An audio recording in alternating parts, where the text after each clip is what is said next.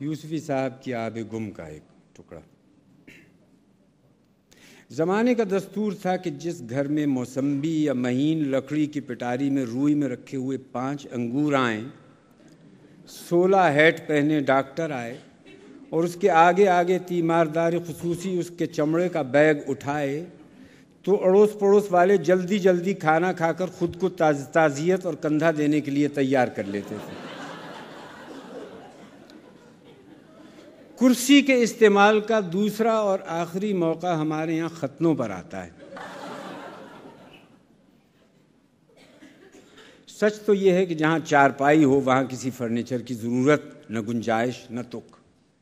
انگلستان کا موسم اگر اتنا ذلیل نہ ہوتا اور انگریزوں نے چارپائی دریافت کر لی ہوتی تو ہمیں یقین ہے کہ انگریز کا دل کالونیز بنانے کے لیے چارپائی چھوڑ کر گھر سے باہر نکلنے کو ہرگز نہ چاہتا، اور کم از کم آج کل کے حالات میں اٹواٹی کھٹواٹی لینے کے لیے ان کے گھر میں کوئی ڈھنگ کی چیز تو ہوتی۔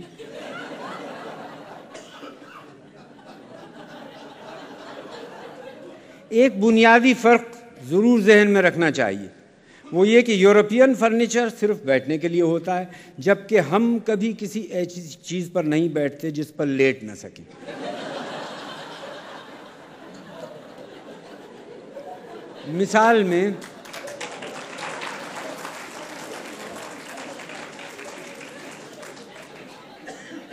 مثال میں دری، قالین، جازم، چاندنی، چارپائی، کوچہ یار اور پہلو دلدار کو پیش کیا جا سکتا ہے۔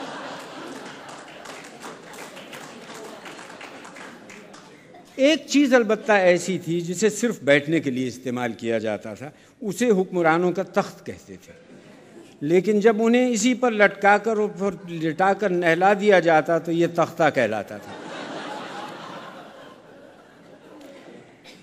اب اسے چوب عمارتی کہیے یا ہیزم غیر سوختنی، دھندا موصوف کا ہمیشہ مندہ ہی رہتا تھا کہ دکانوں کی تعداد گاہکوں سے زیادہ تھی، لہٰذا کوئی شخص ایسا نظر آ جائے جو حلی اور چال ڈھال سے گاہک معلوم ہو تو لکڑ منڈی کے دکاندار اس پر ٹوٹ پڑتے تھے۔ بیشتر گاہک گرد و نواح کے دیہاتی ہوتے تھے جو زندگی میں پہلی اور آخری مرتبہ لکڑی خریدنے کانپور آتے تھے۔ ان بیچاروں کا لکڑی سے 2 ہی مرتبہ سابقہ پڑتا تھا، ایک اپنا گھر بناتے وقت، دوسرے اپنا کریا کرم کرواتے سمے۔ قیام پاکستان سے پہلے جن لوگوں نے دلی یا لاہور کے ریلوے اسٹیشن کا نقشہ دیکھا ہے وہ اس چھینا چھپٹی کا بخوبی اندازہ لگا سکتے ہیں۔ سن 45 میں ہم نے دیکھا کہ دلی سے آنے والی ٹرین کے رکتے ہی جیسے مسافر نے اپنے جسم کا کوئی حصہ دروازے یا کھڑکی سے باہر نکالا، قلی نے اس کو پکڑ کے سالم مسافر کو ہتھیلی پہ رکھا اور ہوا میں ادھر اٹھا لیا اور اٹھا کر پلیٹ فارم پر کسی لوٹے یا حقے کی چلم پر بٹھا دیا۔ لیکن جو مسافر دوسرے مسافروں کے دھکے سے خود بخود ڈبے سے باہر نکل آتے، ان کا حشر ایسا ہوا جیسے اردو کی کسی نئی نویلی کتابوں کا نقاد کے ہاتھ میں ہوتا، جو چیز جس کے ہاتھ لگی سر پر رکھ کر ہوا ہو گیا۔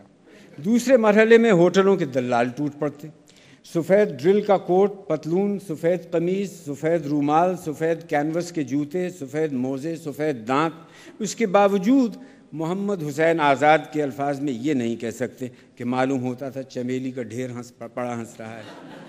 ان کی ہر چیز سفید اور اجلی ہوتی تھی سوائے چہرے کے، ہنستے تو معلوم ہوتا توا ہنس رہا ہے۔ یہ مسافر پر اس طرح گرتے جیسے انگلستان میں رگبی کی گیند پر ایک دوسرے پر کھلاڑی گرتے ہیں، جن کی ساری تگ و دو کا مقصد اعلیٰ خود کچھ حاصل کرنا نہیں بلکہ دوسروں کو حاصل کرنے سے باز رکھنا ہوتا ہے۔ جس دلال کا ہاتھ مسافر کے کپڑوں کے مضبوط ترین حصے پر پڑتا وہی اسے گھسیٹتا ہوا باہر لے آتا، جن کا ہاتھ لباس کے کمزور حصوں پر پڑتا وہ بعد میں ان کو بطور دستی رومال استعمال کرتا۔ نیم ملبوس مسافر اپنی سطر پوشی کی قدم قدم پر اسی طرح حفاظت کرتا ہوا کہ پھر جمع کر رہا ہوں سطر لخت لخت کو اسٹیشن کے باہر قدم رکھتا، تانگے والے خود کو اس پر چھوڑ دیتے۔ اگر مسافر کے تن پر کوئی چیتھڑا بچ رہا تو وہ اسے نوچ کر تانگے کی پچھلی سیٹ پر سجا دیتے۔ کم و بیش یہی نقشہ کوپر گنج کی لکڑ منڈی کا ہوا کرتا تھا، جس کے قلب میں قبلہ کی دکان تھی۔ گودام بالعموم دکان سے ملحق ہوتے تھے۔ گاہک پکڑنے کے لیے قبلہ اور 2-3 اور چڑی مار دکانداروں نے یہ کیا کہ دکانوں کے باہر سڑک پر لکڑی کے چھوٹے چھوٹے کیبن بنا دیے۔ کیبن یہ گویا ایک نوع کا مچان تھا جہاں سے گاہک کو مار گراتے تھے، پھر اسے چمکار پچکار کر اندر لے جایا جاتا، جہاں کوشش یہ ہوتی تھی کہ خالی ہاتھ اور بھری جیب واپس نہ جانے پائے۔ جیسے ہی کوئی شخص جو قیافے سے گاہک لگتا سامنے سے گزرتا تو دکاندار اسے ہاتھ کے اشارے یا آواز دے کر بلاتے، مہاراج۔ ان مہاراجوں کو گھسیٹ کر اندر لے جانے کے سلسلے میں آپس میں اتنے جھگڑے اور ہاتھا پائی ہو چکی تھی کہ منڈی کے تمام بیوپاریوں نے پنچایتی فیصلہ کیا کہ گاہک کو صرف وہی دکاندار آواز دے کے بلائے گا جس کی دکان کے سامنے سے وہ گزر رہا ہو، لیکن جیسے ہی وہ دوسرے دکان کے دائرہ تشدد میں داخل ہوگا تو اسے کوئی اور دکاندار ہرگز آواز نہ دے گا۔ اس کے باوجود چھین چپٹ اور کشتم پچھاڑ بڑھتی ہی گئی تو ہر دکان کے آگے چونے سے حد بندی کی لائن کھینچ دی گئی۔ اس سے یہ فرق پڑا کہ کشتی بند ہو گئی، کبڈی ہونے لگی۔ بعض دکانداروں نے مار پیٹ اور گاہکوں کا ہانکا کرتے اور ڈنڈا ڈولی کے لیے پہلوان اور شہر کے چھٹے ہوئے شہدے اور مشٹنڈے ملازم رکھ چھوڑے تھے۔ قبلہ نے اس قسم کا کوئی غنڈہ یا بد کردار پہلوان ملازم نہیں رکھا کہ انہیں اپنی ذات پر مکمل اعتماد تھا، لیکن اوروں کی طرح مال کی چرائی کٹائی میں مار کٹائی کا خرچہ بھی شامل کر لیتے تھے۔ ان پر ہمہ وقت طیش کا عالم طاری رہتا تھا۔ سونے سے پہلے ایسا موڈ بنا کر سوتے کہ آنکھ کھلتے ہی غصہ کرنے میں آسانی ہو۔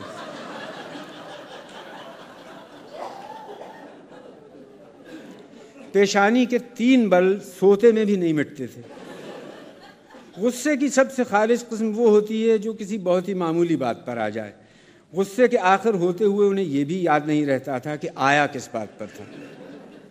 بیوی ان کو روزہ نہیں رکھنے دیتی تھی۔ غالباً سن 35 تک کا واقعہ ہے کہ ایک دن فجر کی نماز کے بعد گڑ گڑا کر اپنی پریشانیاں دور ہونے کی دعائیں مانگ رہے تھے کہ ایک تازہ پریشانی کا خیال آتے ہی ایک دم جلال آ گیا۔ اس دن کے بعد پھر کبھی نماز نہیں پڑھی۔